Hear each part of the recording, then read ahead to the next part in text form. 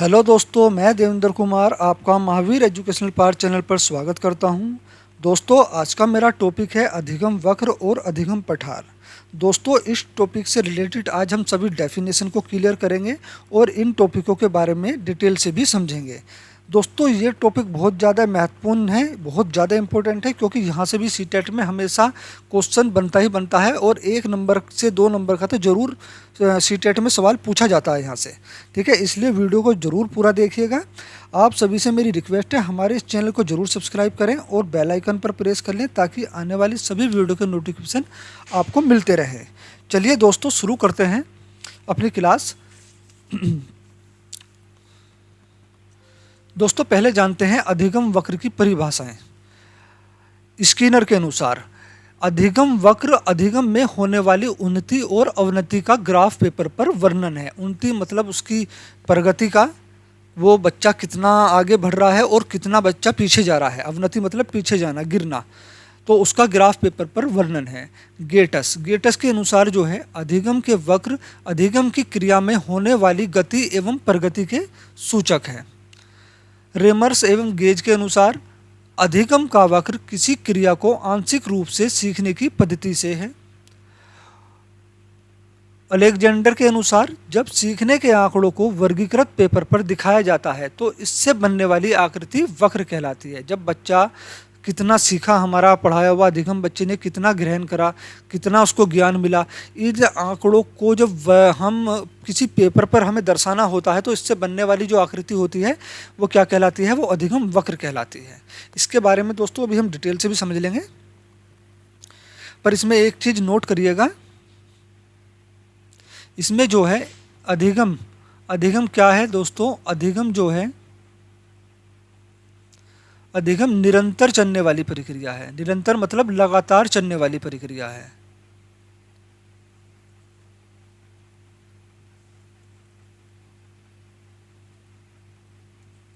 इसलिए इसे वक्र में पूरा नहीं दिखाया जा सकता। ठीक है, इसलिए इसे पूरा वक्र में नहीं दिखाया जा सकता।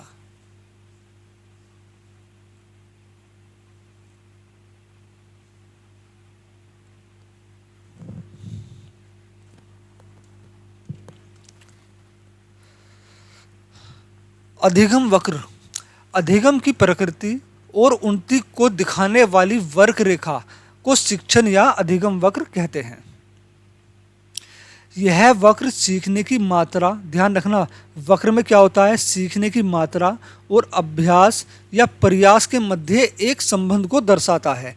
सीखने का वक्र सीखने की प्रगति का सूचक होता है। यह 4 प्रकार का होता है। तो अधिगम वक्र कितने प्रकार का होता है? 4 प्रकार का होता है। पहला है समान निष्पादन वक्र, इसको जो है सरल वक्र भी बोलते हैं और रैखिक वक्र भी बोलते हैं। समान निष्पादन वक्र, देखो जिस वक्र में, मैं इसकी डेफिनेशन लिख देता हूं,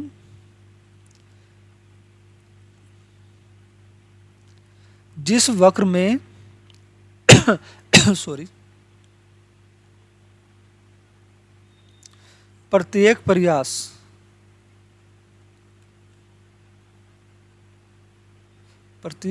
में सीखने की मात्रा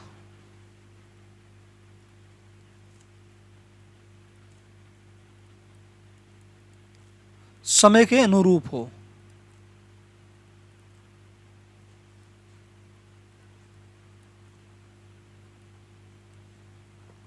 ठीक है, जिस वक्र में जिस बच्चे के हर प्रयास में सीखने की मात्रा समय के अनुरूप हो, मतलब समय के अनुरूप बढ़ती हुई जाए। कैसे? अब इसको ग्राफ पेपर पर समझना। हमें एक बच्चे का जो है आंकड़ा दर्शाना है ग्राफ पेपर पर। तो एक बच्चा क्या कर रहा है? अपने हर प्रयास में सीखने की मात्रा बच्चे के समय के अनुरूप है, मतलब जैसे जैसे समय बढ़ता जा रहा है वैसे वैसे उसकी सीखने की मात्रा भी बढ़ती हुई जा रही है। तो ये किस तरह का वक्र बनेगा? यहाँ से बच्चा सीखना शुरू करता है और यहाँ चलता है दोस्तों समय। ठीक है, यहाँ चलता है समय और यहाँ क्या चलता है? इधर की तरफ मात्रा। ठीक है, तो समय बढ़ रहा है और यहाँ देखो बच्चे के सीखने की मात्रा भी बढ़ती जा रही है। ठीक है ना, समय के अनुसार सीखने की मात्रा बढ़ती जा रही है। दोस्तों ये बिल्कुल सीधी रेखा है। ठीक है ना, थोड़ा सा हाथ कंपन में है, इस वजह से थोड़ी दिक्कत हो रही है। ठीक है, तो यह समान निष्पादन वक्र किस तरह का बनेगा, इस तरह का बनेगा। इसमें क्या दर्शाया जा रहा है, इसमें दर्शाया जा रहा है जैसे जैसे समय की मात्रा बढ़ती जा रही है, जैसे जैसे समय बढ़ता जा रहा है, आगे निकलता जा रहा है, बच्चे की सीखने की गति भी तेज होती जा रही है, उसकी सीखने की मात्रा भी बढ़ती जा रही है। लेकिन ये दोस्तों संभव नहीं है, ध्यान रखना, इसको एक चीज नोट करके लिख लेना, क्योंकि इस वक्र में सीखने की गति एक जैसी है, समय के अनुरूप है, इसलिए मानव के लिए सरल वक्र संभव नहीं है ना। यह वक्र मानव के लिए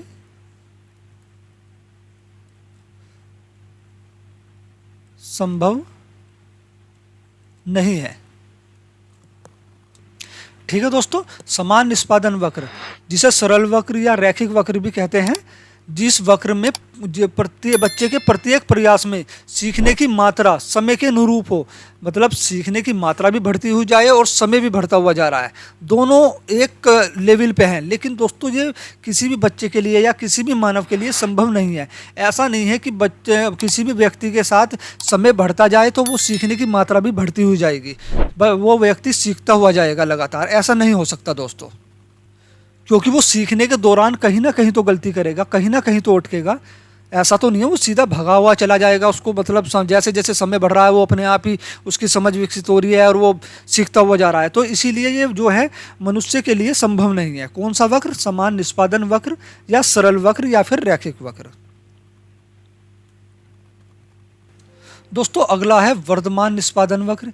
इसको वर्धनशील वक्र, नतोत्तर वक्र, उत्तल वक्र या धनात्मक वक्र या फिर बढ़ते निष्पादन का वक्र भी कहते हैं। दोस्तों इसमें क्या होता है, इसमें होता है कि बच्चे की शुरू में जो है सीखने की गति बहुत स्लो होती है, बहुत धीरे धीरे सीखता है, लेकिन बाद में प्रयास के दौरान, लगातार प्रैक्टिस करने के दौरान इसके जो अधिगम की मात्रा है, सीखने की मात्रा है, उसमें एकदम से वृद्धि होती चली जाती है। तो इसलिए इसको बढ़ता हुआ वक्र बोलते हैं। इसकी डेफिनेशन लिख देता हूँ। ऐसा वक्र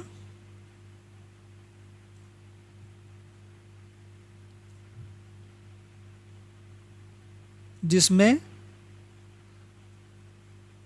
सीखने की गति शुरू में धीमी होती है,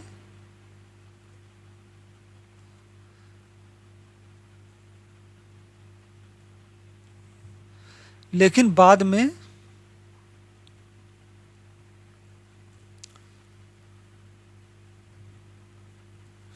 प्रयासों के साथ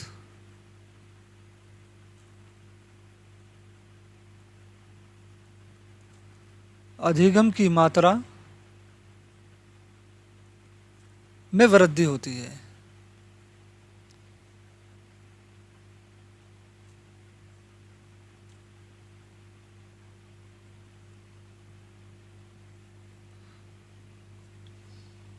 ठीक है, इसलिए इसको क्या बोलते हैं, बढ़ता हुआ वक्र। ये किस तरह का बनेगा दोस्तों, ये तो कॉमन है, ये तो सब में आना ही आना है। अब वक्र किस तरह का बनेगा, देखो जब बच्चा शुरू में सीख रहा है, मैंने क्या कहा, उसकी गति बहुत धीमे धीमे होती है, बहुत धीमे धीमे, लेकिन फिर प्रयासों के माध्यम से क्या होती है, वृद्धि हो जाती है, बढ़ जाता है वक्र एकदम से। इसलिए इसको क्या बोलते हैं, धनात्मक वक्र या बढ़ते निष्पादन का वक्र बोलते हैं। ये हुआ इसका वक्र।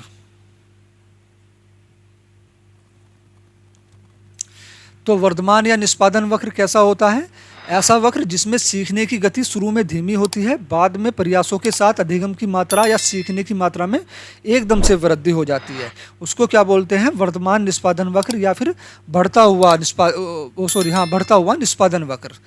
और दोस्तों इसमें एक चीज़ और ध्यान रखना, अब इसको समझोगे कैसे, देखो जैसे बच्चा शुरू में क्या करता है, परीक्षा से पहले बहुत स्लो स्लो पढ़ता है, बहुत धीरे धीरे धीरे धीरे करके पढ़ता है, लेकिन बाद में परीक्षा के दौरान क्या होता है, बच्चा एकदम से एक्टिव हो जाता है, एकदम से सक्रिय हो जाता है ना। तो वो अपने प्रयास बढ़ा देता है ताकि अधिगम को ज़्यादा से ज़्यादा ग्रहण कर सके, ज़्यादा से ज़्यादा ज्ञान की प्राप्ति कर सके।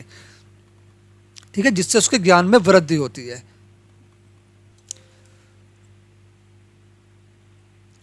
जैसे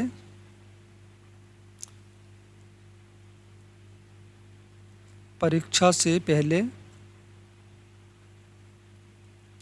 धीमा पढ़ना या धीमा व परीक्षा परीक्षा के दौरान सीखने की गति में तेजी लाना।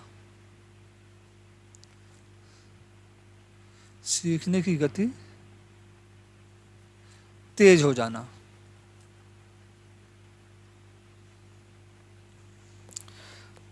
क्या कहलाता है? बढ़ते हुए निष्पादन का वक्र। देखो यहाँ पे क्या है, बच्चा अभी पढ़ रहा है धीरे धीरे, अभी उसको कोई डर नहीं है क्योंकि उसके ना तो कोई अभी टेस्ट होना है ना ही उसके पेपर हैं, तो बच्चा अपनी मनमर्जी से धीरे धीरे धीरे पढ़ रहा है, कोई अभी इंटरेस्ट नहीं ले रहा है। लेकिन क्या हुआ, एकदम से अचानक से पेपर का पता चला कि अगले मंथ पेपर है, तो बच्चा एकदम से एक्टिव हो जाता है ना, अपने प्रयासों की मात्रा बढ़ा देता है और समय की मात्रा भी बढ़ा देता है पढ़ाई के दौरान, पढ़ाई के लिए। तो इससे क्या होता है, उसके सीखने की मात्रा में वृद्धि हो जाती है एकदम से। इसको बोलते हैं बढ़ते निष्पादन का वक्र। अगला है दोस्तों उल्टोत्तर या अवतल ऋणात्मक घटते निष्पादन का वक्र। ठीक है, इसके इतने सारे नाम हैं, उल्टोत्तर, अवतल, ऋणात्मक, घटते निष्पादन का वक्र। ये कैसा होता है? ये होता है, इस वक्र में शुरुआत में क्या होता है दोस्तों, सीखने की गति तेज होती है और बाद में धीमी हो जाती है। सीखने की गति क्या होती है? तेज हो जाती है और फिर बाद में क्या होती है? मंदी हो जाती है।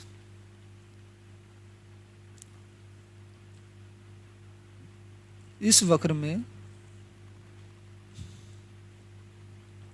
शुरू में सीखने की गति तेज होती है और बाद में धीमी हो जाती है।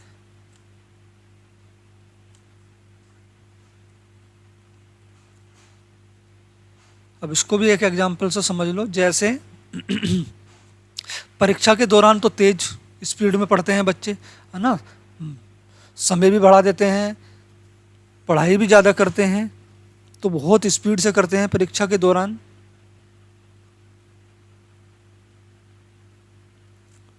लेकिन जैसे ही परीक्षा समाप्त होती है उसके बाद क्या होता है, बिल्कुल स्लो हो जाते हैं, बिल्कुल डाउन पे आ जाते हैं।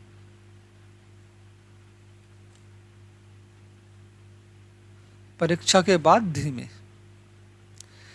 ठीक है, उल्टोत्तर वक्र कैसा होता है, इसमें शुरू में सीखने की मात्रा कैसी होती है, बहुत तेज होती है और बाद में धीमी हो जाती है। जैसे कोई बच्चा परीक्षा के दौरान या किसी कंपटीशन की तैयारी कर रहा है, उसको पता है उसकी परीक्षा आने वाली है, तो वो बहुत स्पीड से पढ़ता है, बहुत ज़्यादा पढ़ता है, समय की मात्रा बढ़ा देता है, अधिगम में वृद्धि कर देता है, बहुत ज़्यादा ज्ञान अर्जन करने की कोशिश करता है ज़्यादा से ज़्यादा। लेकिन जैसे जैसे एग्ज़ाम क्लियर होता है, एग्ज़ाम हो जाते हैं, उसके बाद क्या करते हैं बच्चे, स्लो पढ़ जाते हैं, फिर वो स्पीड आ जाती है अपना थोड़ा थोड़ा सा करना। तो ये किस तरह का वक्र बनेगा दोस्तों, ये बिल्कुल इसका उल्टा बनेगा। यहाँ क्या हुआ, सीखने की मात्रा बढ़ी, एकदम बढ़ी, यहाँ पेपर आए और पेपर के बाद धड़ाम से बच्चा नीचे। ठीक है, शुरू में तेज होती है, बाद में धीमी हो जाती है। अगला है दोस्तों मिश्रित आकार वक्र, सर्पाकार वक्र या एस आकृति का वक्र या फिर निश्चित वक्र। दोस्तों यह है मनुष्य के लिए सबसे बेहतरीन वक्र है। ठीक है, यह मानव के लिए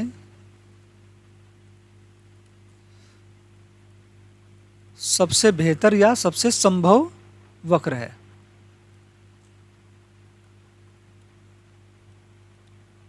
इसमें क्या होता है दोस्तों, सीखने की गति असमान होती है। क्या होता है, इस वक्र में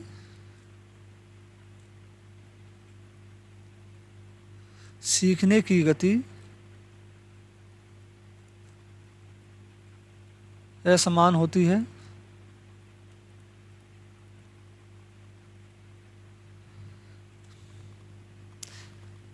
असमान का मतलब है इसमें क्या होता है, उतरती चढ़ती रहती है, कभी ऊपर कभी नीचे, कभी ऊपर कभी नीचे। इसमें ना तो एक तरफ ही सीखने की गति बढ़ती हुई जाती है और ना ही गिरती हुई जाती है। इसमें क्या होता है, कभी बच्चा ज़्यादा अधिगम मतलब ज़्यादा ज्ञान प्राप्त करता है, फिर स्लो हो जाता है, फिर एकदम से सक्रिय होता है, फिर स्लो हो जाता है। तो ये सबसे नेचुरल वक्र है। ठीक है ना, नेचुरल मतलब ये सबके लिए संभव है और सबसे बेहतर वक्र होता है। ये किस तरह का बनेगा, ये कुछ इस तरह बनेगा। एस आकार में या फिर सर्पाकार भी कह सकते हैं।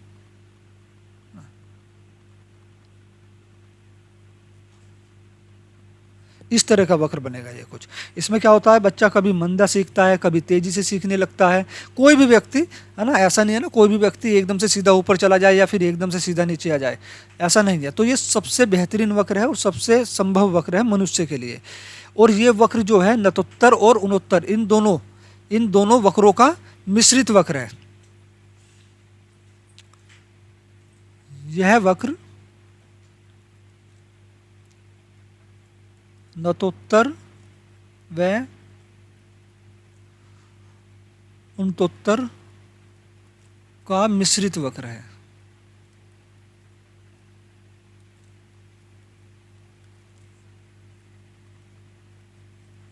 ठीक है दोस्तों, मिश्रित आकार वाला वक्र या सर्पाकार वक्र, एस आकृति वाला वक्र, निश्चित वक्र, ये सभी इसी के ही नाम हैं और ये सबसे बेहतरीन वक्र है और सभी मनुष्य के लिए संभव है लगभग ये वक्र। इसमें क्या होता है दोस्तों, समय के साथ साथ सीखने की गति बढ़ती और घटती रहती है ना। समय के साथ साथ सीखने की गति क्या होती है, कभी बढ़ गई, कभी घट गई, कभी बढ़ गई, कभी घट गई, इस तरह से चलता रहता है ये वक्र। अब आते हैं दोस्तों अधिगम पठार। अभी हमने पढ़ा अधिगम वक्र के बारे में, अब जानेंगे हम अधिगम पठार के बारे में। अधिगम की वह अवधि जब अधिगम के सीखने की प्रक्रिया थकावट, निद्रा आदि के द्वारा कुछ समय के लिए रुक जाती है। दोस्तों ध्यान से देखना जरा और इसको नोट भी करते रहना। अधिगम की वह अवधि मतलब अधिगम का वह समय जब अधिगम के सीखने की प्रक्रिया में थकावट के कारण, निद्रा के कारण या किसी बीमारी आदि के कारण कुछ समय के लिए रुक जाती है। अधिगम रुक जाता है कुछ समय के लिए, तो ऐसे में उसके अधिगम की वक्र की रेखा, जो अधिगम वक्र हमने अभी ऊपर पढ़ा है, ठीक है ना, वक्र तो जानते हैं ना, ग्राफ पेपर पर दर्शाना, जो ये सभी वक्र था, तो वक्र की रेखा ऊपर या नीचे ना जाकर कुछ समय के लिए एक सरल रेखा में बदल जाती है। इसे ही अधिगम का पठार कहते हैं।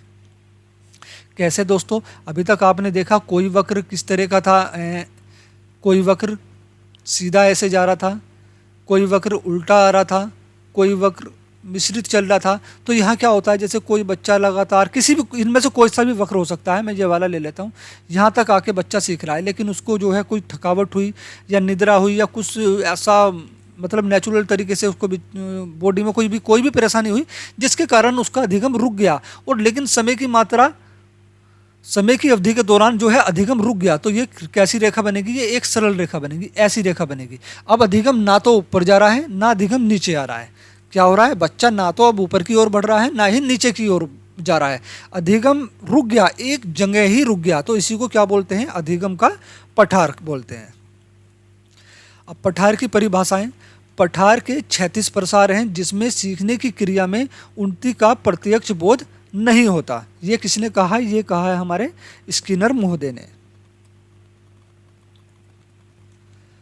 रोस के अनुसार पठार सीखने की क्रिया की प्रमुख विशेषता है जो उस अवधि को सूचित करती है जब सीखने की क्रिया में कोई उन्नति नहीं हुई है। देखो कितनी बढ़िया बात कही है रोस साहब ने।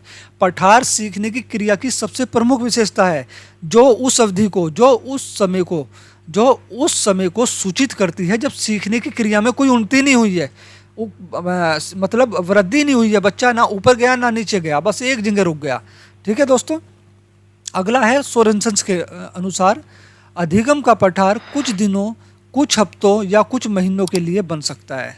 ठीक है, अधिगम का पठार क्या है, कुछ दिनों, कुछ हफ्तों या फिर कुछ महीनों के लिए बन सकता है। दोस्तों वीडियो अच्छी लग रही हो तो प्लीज़ वीडियो को लाइक करें, शेयर करें, और जो लोग चैनल पर नए हैं वो प्लीज़ चैनल को सब्सक्राइब करके बेल आइकन प्रेस जरूर कर लें ताकि हमारी आने वाली सभी वीडियो के नोटिफिकेशन आपको मिलते रहें। अगले हैं रेक्स एवं नाइस। पठार तब बनता है जब व्यक्ति सीखने की एक अवस्था में पहुंचकर वहां से दूसरी अवस्था में प्रवेश करता है। पठार तब बनता है जब व्यक्ति सीखने की एक अवस्था में पहुंचकर वहां से दूसरी अवस्था में प्रवेश करता है। तो आप सब समझ गए होंगे पठार की डेफिनेशन जो है। और दोस्तों यहाँ से ही सीटेट में क्वेश्चन बनते हैं ज़्यादातर डेफिनेशन से, इन सब की डेफिनेशन से ही घुमा फिरा के जो है क्वेश्चन बना दिए जाते हैं, तो इसको तो बहुत ध्यान से देखना। अब आते हैं पठार की विशेषताएं।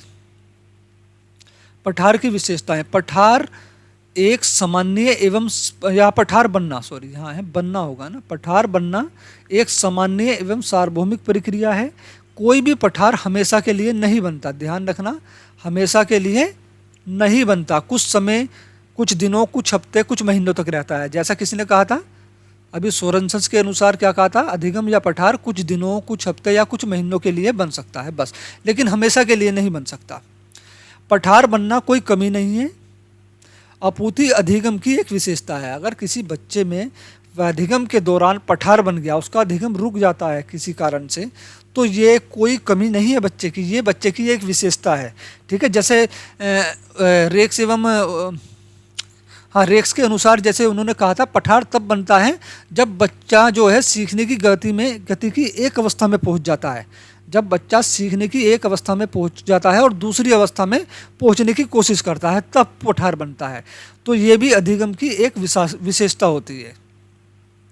पठार बनने से रोका नहीं जा सकता, पठार बनने से रोका नहीं जा सकता। पठार कोई अलग आकृति यह वक्र का ही हिस्सा है। उचित अभ्यास के द्वारा किसी भी प्रकार के पठार को हटाया जा सकता है। ठीक है ना, एक नियमित, एक निश्चित प्रैक्टिस के द्वारा जो है हम किसी भी पठार को हटा सकते हैं। पठार अधिगम में बाधा या रुकावट को दर्शाता है, न कि अधिगम की समाप्ति को।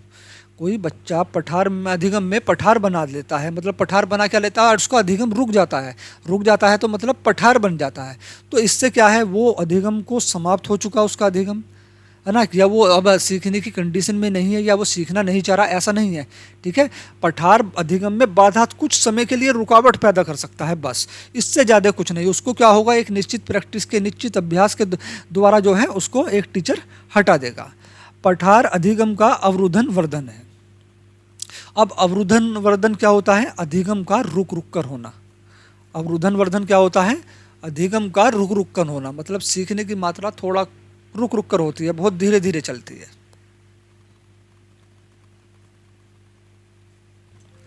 दोस्तों पठार बनने के कारण है, देखो यहाँ है ना, पठार बनने के कारण है, कई कारण हैं।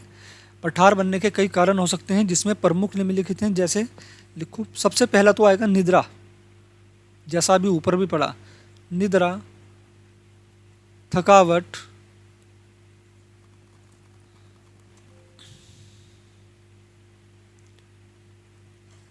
बीमारी, दुर्घटना,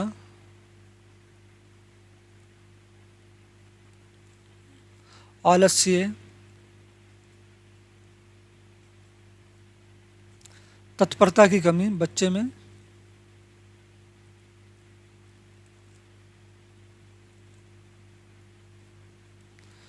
रुचि की कमी,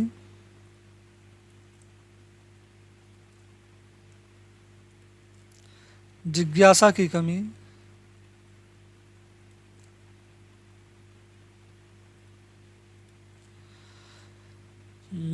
और अभ्यास का अभाव,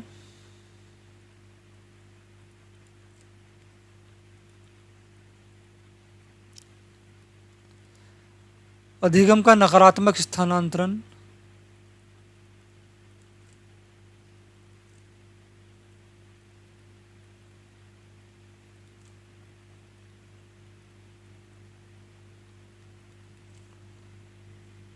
गलत शिक्षण विधि,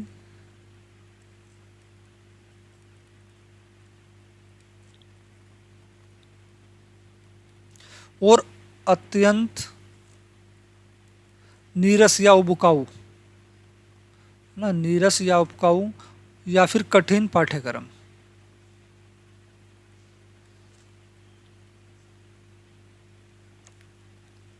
आदि।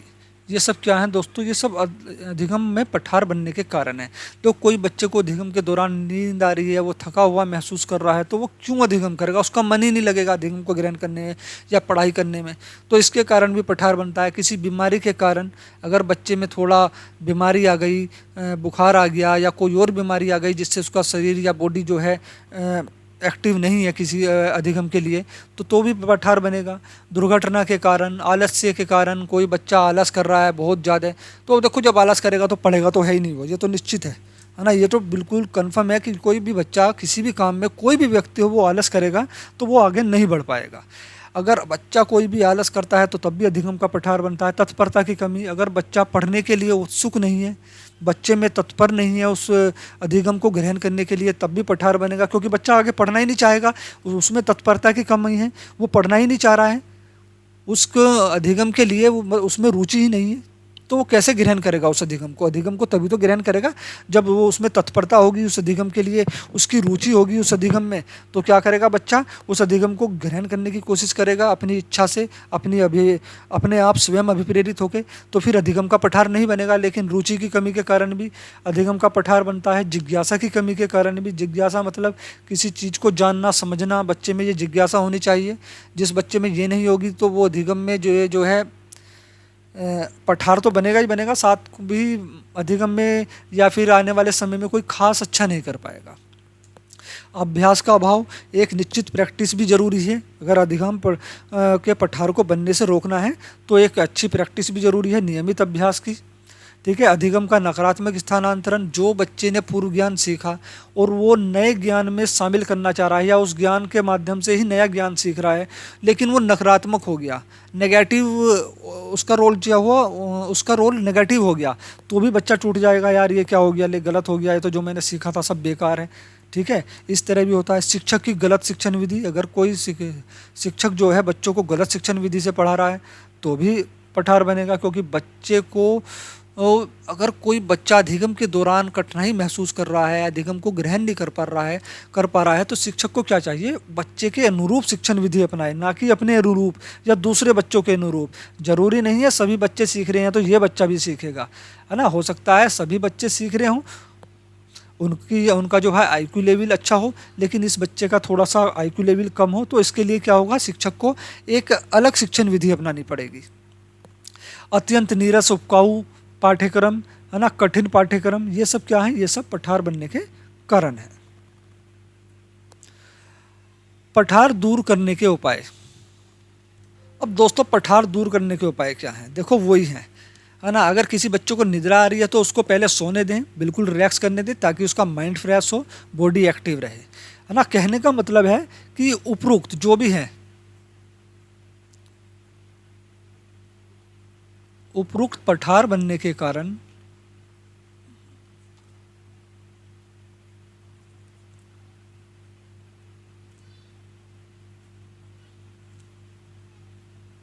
को उल्टा कर दो, ठीक है ना। उल्टा करने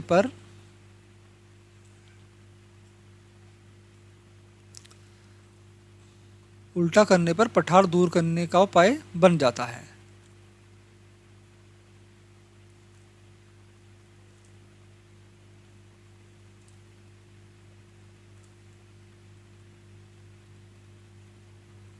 ठीक है। जैसे निद्रा आने पर सो जाना, बच्चों को सुला दो, बच्चा जब सो जाएगा उसका माइंड फ्रेश हो जाएगा, उसको थोड़ा सा रिलीफ मिलेगा, तो वो फिर जो है पूरा एक्टिव होकर अधिगम को ग्रहण करेगा। थकावट में थोड़ा आराम कर ले, बीमारी में कुछ दिनों का आराम कर ले।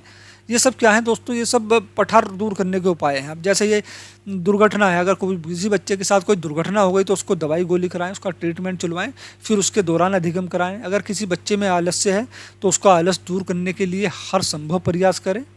तत्परता की कमी है तो शिक्षक को क्या करना चाहिए, पहले बच्चों को अधिगम के दौरान बच्चे में तत्परता लानी चाहिए। जो बच्चे की सीखने की कमी है, बच्चा क्यों सीखना नहीं चाह रहा, क्यों बच्चे में तत्परता की कमी है, ये जाने और फिर उसका उपचार करें, बच्चे में तत्परता लाए, बच्चे की रुचि के अनुसार अधिगम कराए। तो बच्चे में रुचि कहाँ कमी होगी, है ना। बच्चे की रुचि के अनुसार काम कराए, बच्चे की रुचि के अनुसार ही गृह कार्य दे, उसकी ग्रहण क्षमता के अनुसार।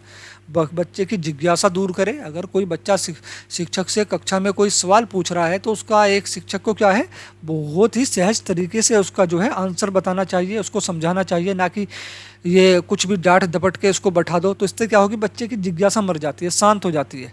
जिज्ञासा होती है क्यों, कब, कैसे, ये सब जानना बच्चे में बहुत ज़्यादा होता है। ठीक है। अगर इसी का सही उत्तर नहीं मिलेगा तो बच्चे में क्या होगा, जिज्ञासा की कमी हो जाएगी। अभ्यास का अभाव, उसे एक निश्चित प्रैक्टिस कराते रहें लगातार। अधिगम का नकारात्मक स्थानांतरण ना होने दें, गलत शिक्षण विधि ना होने पाए, बच्चे के अनुरूप ही शिक्षण विधि अपनाए एक शिक्षक। ठीक है ना। पाठ्यक्रम कैसा होना चाहिए? पाठ्यक्रम बच्चे की रुचि के अनुसार होना चाहिए, नीरस नहीं होना चाहिए, ना ही उपकाऊ, ना ही कठिन होना चाहिए, सरल होना चाहिए, सहज होना चाहिए, बच्चे के अनुरूप होना चाहिए। तो ये सब क्या है दोस्तों? ये सब जो है पठार दूर करने के उपाय हैं। ठीक है दोस्तों, आज की क्लास यहीं पर समाप्त होती है। वीडियो कैसी लगी कमेंट करके ज़रूर बताएं। वीडियो अच्छी लगी हो तो प्लीज़ वीडियो को लाइक करें, साथ में दोस्तों के साथ शेयर करें, और जो लोग मेरे चैनल पर नए हैं वो प्लीज़ चैनल को ज़रूर सब्सक्राइब कर लें, क्योंकि हमारे चैनल पर सभी प्रकार के कंपटीशन की प्रैक्टिस कराई जाती है। इस लिहाज से हमारा महावीर एजुकेशनल पार्ट चैनल आपकी किसी भी परीक्षा में, किसी भी कंपटीशन की तैयारी करने के सहयोग में बहुत ज़्यादा आपकी हेल्प करेगा। और साथ में बेल आइकन प्रेस कर लें ताकि हमारी आने वाली सभी वीडियो के नोटिफिकेशन आप तक पहुंचते रहें। वीडियो देखने के लिए धन्यवाद।